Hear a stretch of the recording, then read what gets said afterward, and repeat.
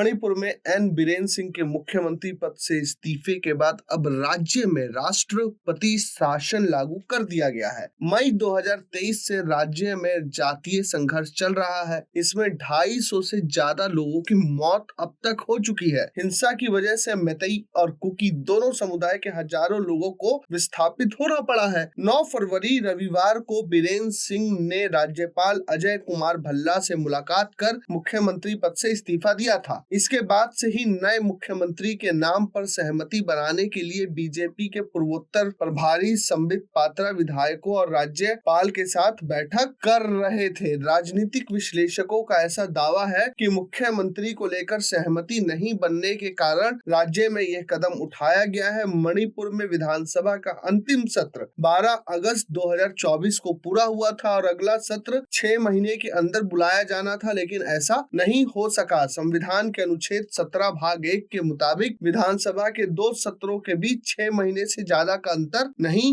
हो सकता है। 60 सदस्यों वाली विधानसभा में बीजेपी के पास 37, सहयोगी दल के 11 विधायक है। बावजूद इसके राज्य में राष्ट्रपति शासन लागू किया गया है। कई राजनीतिक विश्लेषक संपादक कहते हैं कि मई 2023 से मणिपुर के अंदर हिंसा जारी है। कई विधायक अनेक बार दिल्ली आकर केंद्रीय नेतृत्व के सामने लगातार अपनी नाराजगी दर्ज करवा चुके हैं। समाधान ना निकलने की स्थिति में प्रदेश बीजेपी के अंदर ही कुर्सी की लड़ाई शुरू हो गई। 2014 में नरेंद्र मोदी के केंद्र की सत्ता संभालने के बाद ये पहला अवसर है जब उन्हें अपनी ही शासन वाले राज्य में राष्ट्रपति शासन लगाने को मजबूर होना पड़ा, और वह भी अपने अहंकार और जिद के कारण। बेहतर होता वो सुप्रीम कोर्ट की मणिपुर में कानून व्यवस्था फेल हो जाने की टिप्पणी के तत्काल बाद सीएम बदल देते। एक अंग्रेजी अखबार का कहना है कि मणिपुर के अंदर बीजेपी की लीडरशिप बटी हुई है। पार्टी के अंदर ही बीरेन सिंह को लेकर प्रो और एंटी गुट बन गए थे। विधायक दिल्ली से शिकायत कर रहे थे,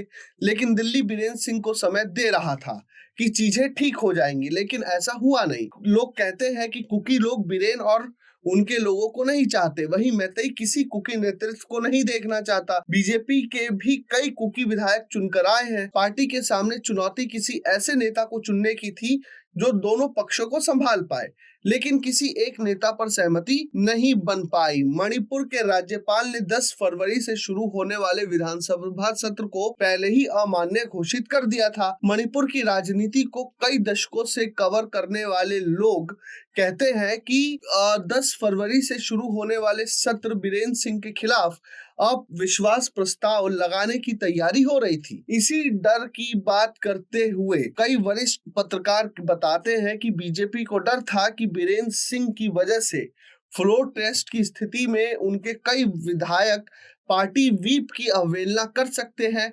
केंद्र में अपनी सरकार होते हुए ऐसा होना पार्टी के लिए छीछा लेदर का कारण बन सकता था। इसलिए एन बीरेन सिंह से इस्तीफा दिलवाया गया और कुकी और मैतेई समुदाय में दोनों में कोई एक ऐसा नेता बीजेपी को मणिपुर में नहीं दिख रहा है कि जो दोनों पक्षों को संभाल सके। इसीलिए राष्ट्रपति शासन मणिपुर में लागू किया गया। ब्यूरो रिपोर्ट, प्रजा हित।